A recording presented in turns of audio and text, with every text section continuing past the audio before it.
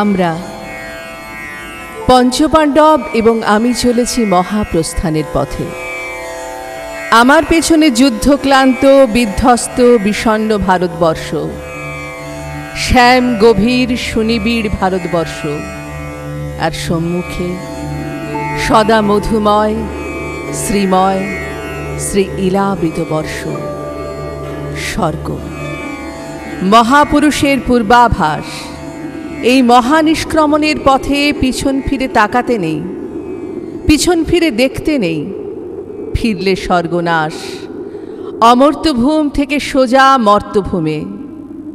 আমি স্বর্গ চাই না, এও জানি ভীমাদি পাণ্ডব চতুষ্টয় সশরীরে স্বর্গ চান না, কিন্তু ধর্মরাজ চান। তিনি ব্যতীত সকল পাণ্ডব পিছনের দিকে ফিরে তাকাবেন এবং চ্যুত হবেন। আমি প্রথম স্বর্গভ্রষ্ট হব, কিন্তু স্বপ্নভ্রষ্ট হব না। আমি দ্রৌপদী, মহাভারতের এবং ভারতের সব থেকে আলোচিত, নিন্দিত, কখনো নন্দিত চরিত্র। আমি পাঞ্চাল রাজকন্যা, তাই পাঞ্চালী, বর্ণকৃষ্ণ তাই কৃষ্ণা।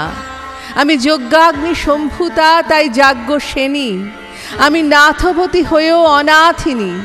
আমি পুরুষোত্তম শ্রীকৃষ্ণের স্নেহসিঞ্চিত প্রিয় সখী।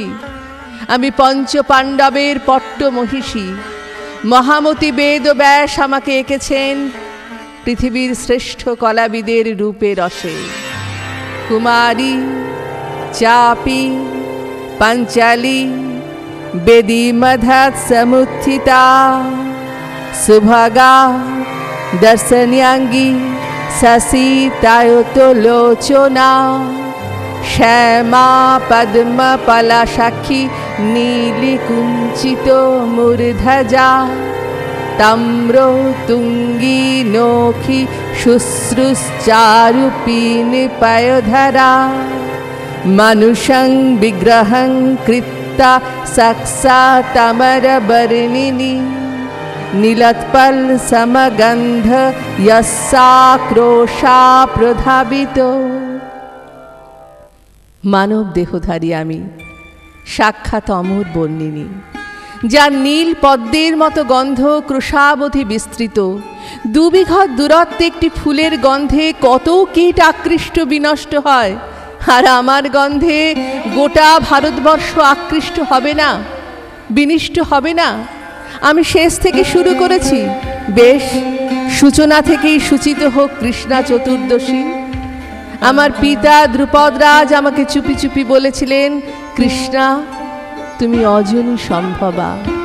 আমি আর চিৎকার করে বলতে চাই, আমি অজনী সম্ভবা। নরনারীর স্বাভাবিক জননে যে জনম আমার তা হয়নি, তাহলে আমি কি মানুষ নই? দেবতা, গন্ধর্ব, কিন্নর, রক্ষ, যক্ষ, তাই কি আমার কামনা বাসনা অপ্রাকৃত?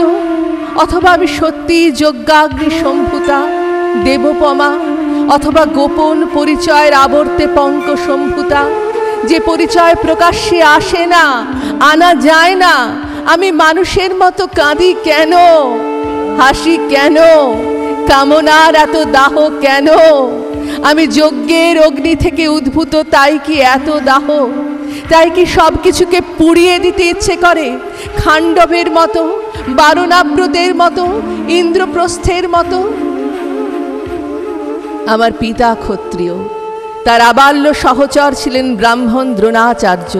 মতানৈক্যের কারণে বৈরিতার জন্যে দ্রোণ কুরুপথে যোগদান করেন, আর আমার পিতাকে কারারুদ্ধ করান। ক্রোধে উন্মত্ত আমার পিতা প্রতিশোধ স্পৃহায় পুত্রযোগ যজ্ঞ করান জাজ এবং উপজাজ নামে দুই যাজ্ঞিক ব্রাহ্মণের সহায়তায়।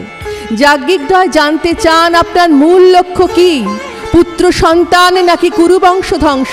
পিতা বললেন, ইতিহাস থেকে মুছে যাক কুরুবংশের নাম। তথাস্তু বলে যখন পূর্ণাহুতি দেওয়া হয়, তখন যজ্ঞস্থল থেকেই দ্রৌপদীর জন্ম। পিতা বিস্মিত, এ যে কন্যা, অবলা সরলা কুলবালা, কেমন করে, কোন অস্ত্র বলে ধ্বংস করবে কুরুকুল? যাজ্ঞিকদ্বয় উত্তর দেন, এই নারী মুছে দেবে কুরুকুলকে।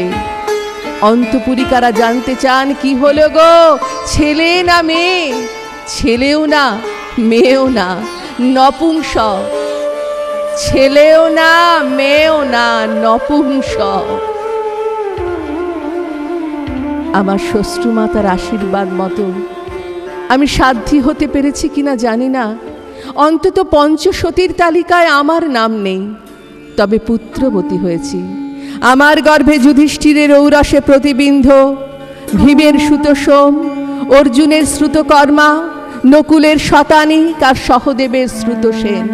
এতেই যে আমি যথেষ্ট সৌভাগ্যবতী প্রমাণ হয় নাকি? পাণ্ডবগণের তো আরো অনেক স্ত্রী ছিল লীলা মাধুর্যের জন্য, সংসার যাপনের জন্য। অর্জুনের স্ত্রীগণ তো মহীয়সী, কৃষ্ণভগিনী সুভদ্রা, নাগকন্যা উলুপি, মণিপুর দুহিতা চিত্রাঙ্গদা। আর আমি কোথায়? অঙ্কে না পর্যঙ্কে? পট্টমহিষী হয়েও পঞ্চভোগ্যা, অংশত বারাঙ্গনা। কতবার প্রশ্ন করেছি আমার প্রিয়তম সখা শ্রীকৃষ্ণকে, বলো তুমি অন্তর্যামী, আমার পরিচয় কি? আমি কি শরীরী ক্রীড়ন, অথবা গোপন পরিচয়ের আবর্তে বিনাশ? আমার শ্বশ্রুমাতার আশীর্বাদ মতো আমি সাধ্যী হতে পেরেছি কিনা জানি না, তবে পঞ্চসতী হয়েছি। আমার এই কলুষ পর্ব যবে শুরু হলো, মহাভারতের কলুষ পর্ব, মহামতি দুর্যোধন যুধিষ্ঠিরকে দ্রুত ক্রীড়ায় আহ্বান জানালেন। শুরু হলো মহাভারতের কলুষ পর্ব। বারবার শকুনির তঞ্চকতার পাশা খেলায় পরাজিত হচ্ছেন যুধিষ্ঠির, বারবার হারাচ্ছেন ধন, রাজ্য, পঞ্চভ্রাতাকে। আবার চাল, আবার পরাজয়। দূতপন দ্রৌপদী, ধর্মপুত্র সম্মত হলেন আমাকে দূতপন রাখতে। ধর্মপুত্র আমাকে পণ রেখে বললেন, নৈবরহাসবা না মহতি নাতি কৃষ্ণা ন রোহিণী, নীলকুঞ্চিত কেশী চ তয়া দিব্যা মহং দয়া। সভাস্থল অধবদন, প্রবীণগণ ধিক ধিক করে উঠলেন।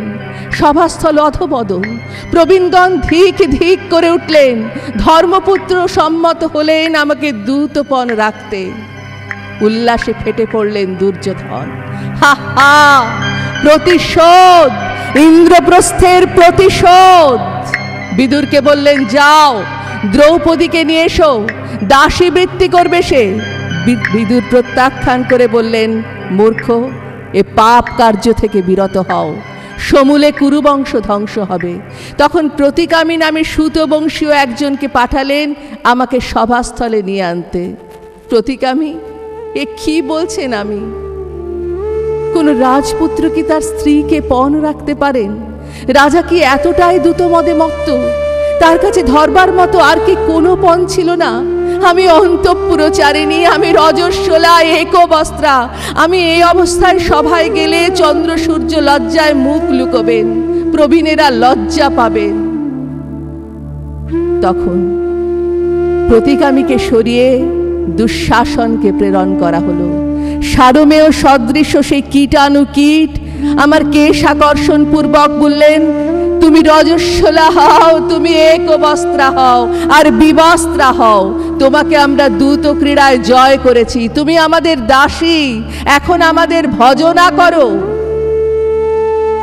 আমাকে চুলের মুঠি ধরে টেনে আনা হলো সভাস্থলে। পৃথিবীতে কোনো নারী এত লজ্জার সামনে পড়েননি। আর বীর পঞ্চস্বামী বর্তমান, শ্বশুরকুলের সকল প্রাজ্ঞ মনীষা বর্তমান।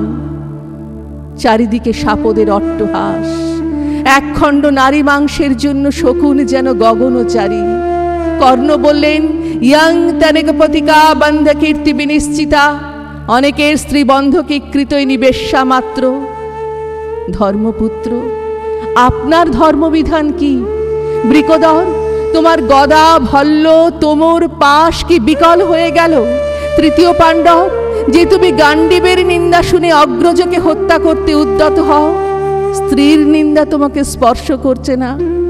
সভা মধ্যে একমাত্র মধ্যম পাণ্ডব ধিক্কার দিয়ে বললেন যুধিষ্ঠিরকে, মহারাজ যুধিষ্ঠির, দ্যুতকারদের বারাঙ্গনা থাকে, তারাও এত অসম্মানিত হন না। দূত সভা, কি ভয়ঙ্কর সেই পঙ্কলীলা! কদাকার এক সভ্যতার নগ্ন রূপ। দুঃশাসন প্রকাশ্যে আমাকে বেশ্যা বলে সম্বোধন করছে, আমাকে কেশাকর্ষণ করছে, আমার শরীরের সমস্ত বস্ত্রটুকু সরিয়ে নিচ্ছে।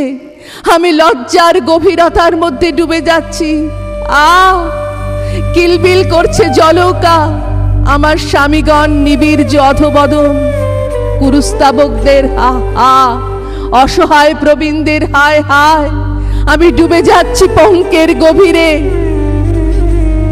হঠাৎ ডুবন্ত মানুষ যেমন শেষ তৃণখণ্ডকে পরম নির্ভরতার সঙ্গে জড়িয়ে ধরে, আমার মনে পড়ল সখা শ্রীকৃষ্ণকে। পরং ব্রহ্ম পরং ধাম পবিত্রং পরমং ভবান পুরুষং শাশ্বতং দিব্যমাদি দেবমজং বিভুম। পরং ব্রহ্ম পরং ধাম পবিত্রং পরমং ভবান পুরুষং শাশ্বতং দিব্যমাদি দেবমজং বিভুম। হে কৃষ্ণ, করুণা সিন্ধু, রক্ষা করো যদুপতি কেশব ব্রজেন্দ্র নন্দন। মুহূর্তে দেখলাম মহাত্মা ধর্ম তার নির্দেশে বস্ত্ররূপ ধারণ করে আমাকে আচ্ছাদিত করলেন। আবৃত আমার চোখে তখন ক্রোধাগ্নি। আমি চিৎকার করে বলেছিলাম, সভাস্থ সকলে শুনুন, যারা আমাকে এই লজ্জার সামনে এনে ফেলেছেন, রজস্বলা আমাকে অসম্মানে রক্তাক্ত করেছেন, কেশাকর্ষণ পূর্বক বেনিবন্ধনহীন করেছেন, আজ থেকে ঠিক 14 বছর পর এক ভয়াবহ যুদ্ধে তাদের পতি পুত্র বন্ধু প্রিয়জন নিহত হবেই, আর তাদের ভার্যাগণ রক্তাক্ত কলেবরা মুক্ত কেশী হয়ে তাদের তর্পণ করবে। কুরুক্ষেত্র, 18 দিনের সেই ভয়াবহ যুদ্ধ। গান্ডীবের টঙ্কার ধ্বনিত হলো পাঞ্চজন্য, দেবদত্ত, পৌণ্ড্র, অনন্ত বিজয়। ধীরে ধীরে সব শেষ হয়ে গেল। কৌরব পক্ষে শুধু বিধবার হাহাকার, চারিদিকে কান্না, স্তূপীকৃত মৃতদেহ, গলিত শবদেহ, আকাশে চিল শকুনের উল্লাস, শিবার উচ্ছ্বাস। আমি কি এই চেয়েছিলাম? আমি কি পেলাম? আমি আমার পরম সখা শ্রীকৃষ্ণকে জিজ্ঞাসা করলাম, এই তোমার সাধুর পরিত্রাণ, দুষ্কৃতির বিনাশ? তাহলে কোন অপরাধে আমার পঞ্চপুত্র অশ্বত্থামা হাতে নিহত হলো? তুমি কি এই হত্যা নিবৃত্ত করতে পারতে না সখা? তুমি কি তোমার পরম ভাগিনেও অভিমন্যুর হত্যা নিবৃত্ত করতে পারতে না? অথবা এও তোমার রাজনীতি? এত লয়, এত ক্ষয়, এত বিনাশ। কৌরব পক্ষে কোনো অধিকারী নেই, পাণ্ডব পক্ষে কোনো উত্তরাধিকারী নেই। অভিমন্যু নিহত, বব্রুবাহন নিহত, ঘটোৎকচ নিহত, আমার পঞ্চপুত্র নিহত। তাহলে কে রাজা হবে সমাগরা ভারতবর্ষের? উত্তরার গর্ভস্থ সন্তান না, আসলে কুরুবংশ নয়, পাণ্ডবদের সঙ্গে যদুবংশ যুক্ত হবে। কারণ উত্তরা তো যদুবালা সুভদ্রার পুত্রবধূ। তাই কি এত লয়, এত ক্ষয়, এত বিনাশ? পুরুষোত্তম যদুপতি, এই তৃষিত মরু ছেড়ে স্বর্গ আমি চাই না, চাই না নন্দন বনে মহাপ্রস্থান। এই ধূলিময় ভারতবর্ষের মাটি হোক আমার আশ্রয়, আমার শেষ শয্যা।